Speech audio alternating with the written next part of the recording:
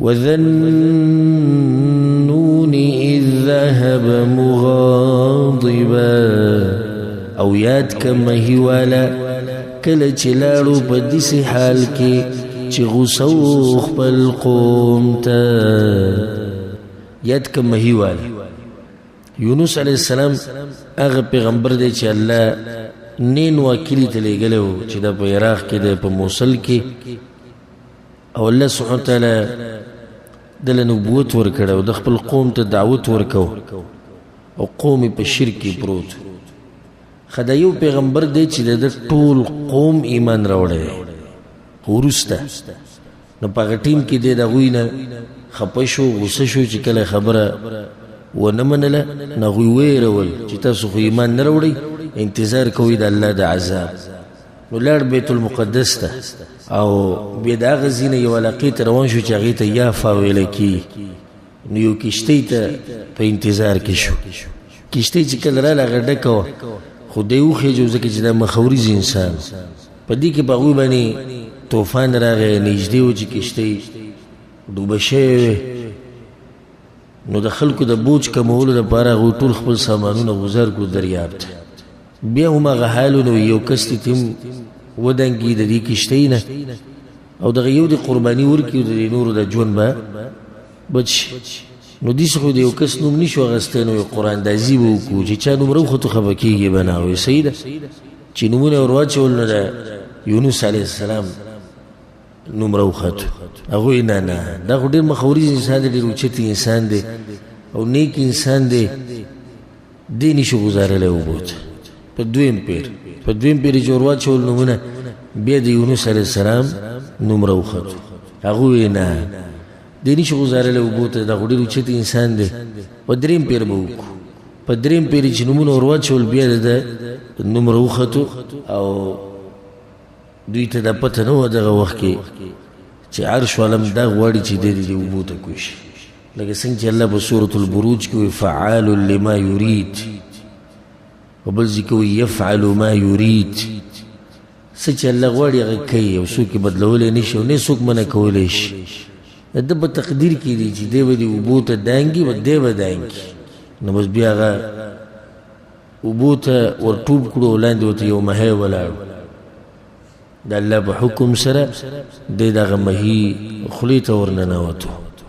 بیا دا مہی پا خیٹے کے پروتو پا دی کی اختلاف تے چی سو رزی و دریو رزی و که دینا زیادو نو پا آغازی کے بیا رب العالمین تے سجدہ ولگولا ذکر بعض روایتونه کی رازی چی یونس علیہ السلام پا آغازی کے اللہ تے سجدہ لگولی دے چی چاپا کلا نزل لگولی و دا مہی پا خیٹے کے او په دې کې څه تعجب نه دی پکار چې څنګه د مې خېټې ته ورننوتو هلته سجده ولګول او دومره ورځې پروت داسې میان دي په دې دریاب کې چې هغه د دې د دریاب د کشتۍ چې د جازونه د څو چته چې د په زرګو کسان چې پکې ناستي د کشتۍ او د جازونه په بل طرف اړوي چې ځان ول راواچي داسې میان په دې اوبو کې دننه پراته دي بعض هغه ویډیوګانې نن سبا خو یو مخکې د اکثر خبرې د خلکو نه غیب لیدلې نه وي اوس دا موبایل نیټ چې راوتی دی یو هر څه ښکاره شو یعنې بس داسې میان دي چې د هغې د اوچتولو دپاره باقاعده کرین راوړي نو هغه کرین یې اوچتوي شیول یې اوچتوي بوکلین یې اوچتوي او ته سوچ وکړه چې یو مهی اوچتولو دپاره کرین راوړي نو دی یو څومره غټ نو یونس علیه السلام هلته بیا الله ته چغې ووالې په هغه تیارو کې الله وایي یاد که هغه مهي واله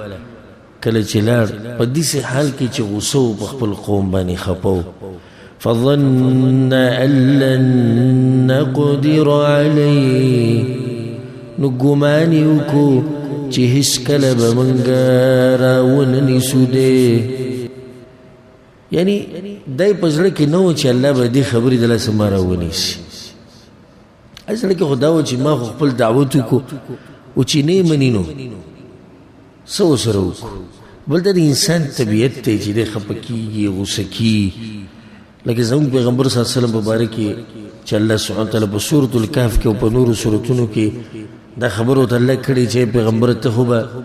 د دې غم د لاسه ځان مړ کړي نو دا د انسان فطرت دی چې دی خفه کېږي دومره محنت او کوشش وکړي او هغوی وله خبره ونه مني نو دې سره خفه شي. اوس دا خو پیغمبران دي، د دوی خو سم محنت دی او سم کوشش دی. زمونږ د ټک خطا غونته کې کوشش او محنت دی، خو چې څوک په درس کې توجه نه راکوي یا زمونږ خبرې ته غوږ نه ایږدي یا نه مني، موږ ته غوسه راځي، خفه شو چې یاره ګوره زه دومره محنت سره دته مسله بیانوم او د دې غفلت ته وګوره او د دې کار ته وګوره. ځکه الله خپل پیغمبر ته دا ویلي دي په سورة القلم کې فاصبر لحكم ربك ولا تكن كصاحب الحوت، او مکیږه په شان د مهی والا. پیغمبر صلی الله علیه وسلم ډیر تنگ شو او هغه ته چې کم تکلیفونه ملو شوي دي، نو حدیث کې راځي پیغمبر صلی الله علیه وسلم وایي دا چاته نه دي ملو شوي، نو هغه ډیر خپه به او په غم کې به الله ورته وګوري چې صحیح دا حالات په تا باندې راغلي دي، خو صبر به کوې او د مهي والا به شان کار ونه کړې. ګورې چې بس زه لاړم، الله د مهي خېټې ته ور واچو فنادى في الظلمات، نو آواز یې وکړو په تیارو کې الله اله الا انت، چې نشتی حقدار د بندګۍ سواستانه، سبحانک پاکی دستا دپارا انی کنت من الظالمین، یقینا زد ظالمانو نیما. نگو د پیغمبرانو سمره ناشنا عجزی ده او ناشنا صفتی ده چې زه داری کې د خپل خبرې اقرار وکړو او ویزه په ظالمانو کې یم. وی کله چې دا چغه وواله په هغه تیرو کې، نو تیرې د مهي بیا تیرې د دغه چپو د دې دریاب او اسیم تیاره وه. په دې هر څه کې د دغه اواز رب العالمین واورېدو، نو ملایکو بیا دا خبره وکړه، د اواز ډېر کمزوری راتو هغوی ته. نو یو بل ته دا ووایي چې دا اواز خو سم معروف کاری، خو د ناشنا ځای نه راځي چې دا به څوک وي. الله ورته دا زما بنده دی که نه، یونس علیه السلام د مهي په خېټه کې پروت دی. نو هغوی هم الله ته سفارش وکړي چې الله دا ستا ډېر نیک بنده دی، موږ به د ده دا د اعمال راخېجول، دا د اعمال به موږ راخېجول. یا الله وایي د دې سختې نه راوباسه. چې کله نیک وي که نه، نو د ځمکې اسمانونه به هم په تا پسې جاړي او دا ملایک به هم ستا دپاره دعاګانې غواړي. تر دې چې د علماو په باره کې راځي پیغمبران خو بیا ډېر اوچت دي، وایي حتی الحیتان فی الماء، تر دې چې مهي په اوبو کې او میږي په سوړو کې دننه د علماو دپاره دعاګانې غواړي. وی الله د پلانې وبخي د خلکو ته خیر خي. او چې کله دې پالتو پرزه وي که نه د معاشرې او خلک دې تنګول را تنګول او ګناهګار وي، نو حدیث کې راځي چې دا سړی زر خښ کوي د مړی، ښه که نیک عمل خو جنت ته به لاړ شي. انتظار پرې ډېر مه کوئ. او که بد عملی نو بندگان او ځمکه او ګټې او ونې او ځناور او هر څه به ترې دمه شي، د ده د شر نه به ټول څه شي دمه به شي. کوشش کوو چې په هغه خلکو کې ځان راولي چې دا ځمکه او اسمان د پسې وجاړي. او دا ملایک ستا دپاره دعاګانې کوي، د الله د بندګان دې یادوي. نو د هغه ځینې اواز وګوره، دلته دا خبره یې ساتي چې الله ته هیر نه وګورې، هغه ځینې اواز وکړم اواز د توحید الله اله الا انت. دا ډېر اوچت ذکر دی. حدیث کې دا راځي پیغمبر صلی الله علیه وسلم وی دعوة ذی النون اذ هو فی بطن الحوت، وی هغه دعا چې یونس علیه السلام کړې وه کله چې د مهي په خېټه کې و، لم يدعو بها مسلم ربه في شيء قط الا استجاب له. کله چې یو مسلمان دا دعا کړې ده په هر کار کې الله ولغه دعا قبول کړې ده. یو حدیث کې دام راځي من دعا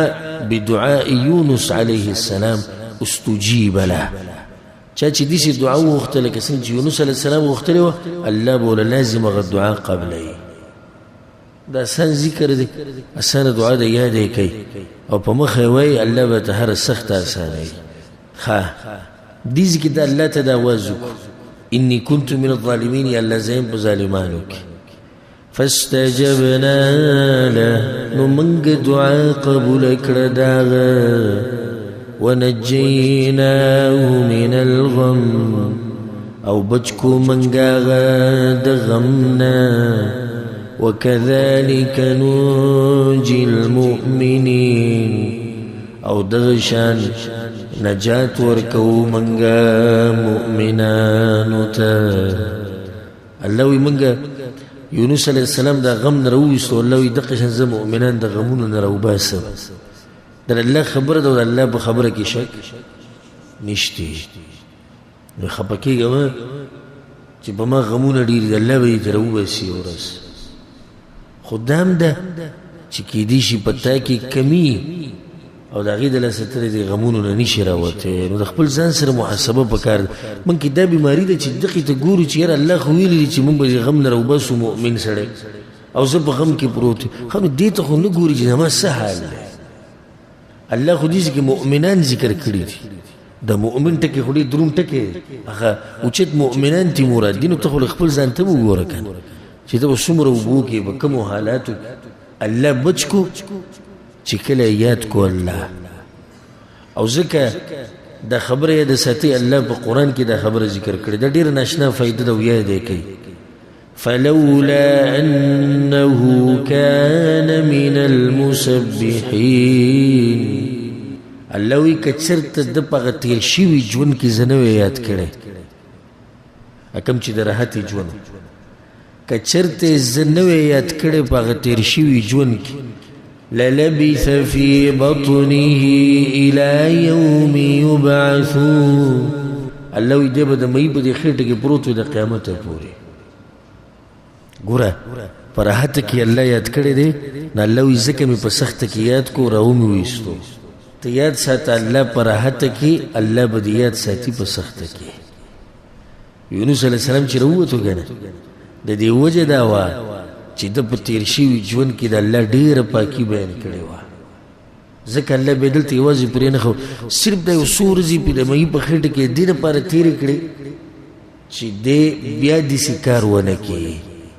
د الله حکم ته به انتظار لازم کوي چې بیا داسې کار ونه کړي دول الله لکه زورونه ورکړه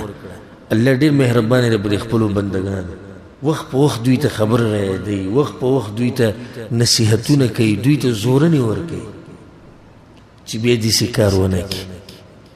للبث في بطنه الى يوم يبعثون الله په بل ځای کې په سورة القلم کې لولا ان تداركه نعمة من ربه الله وی کچرته نوې رسېدلې هغه ته نعمت د رب د هغه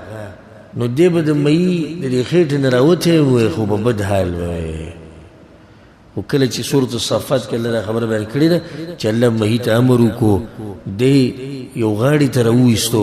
او بیا پې الله ونه راوخېجوله د څه شي د کدو او واپس بیا روغ رمټ راغی الله دې منګ د غمونو نه بچ ساتي او که څوک په غمونو کې نو الله یې ترې راوباسي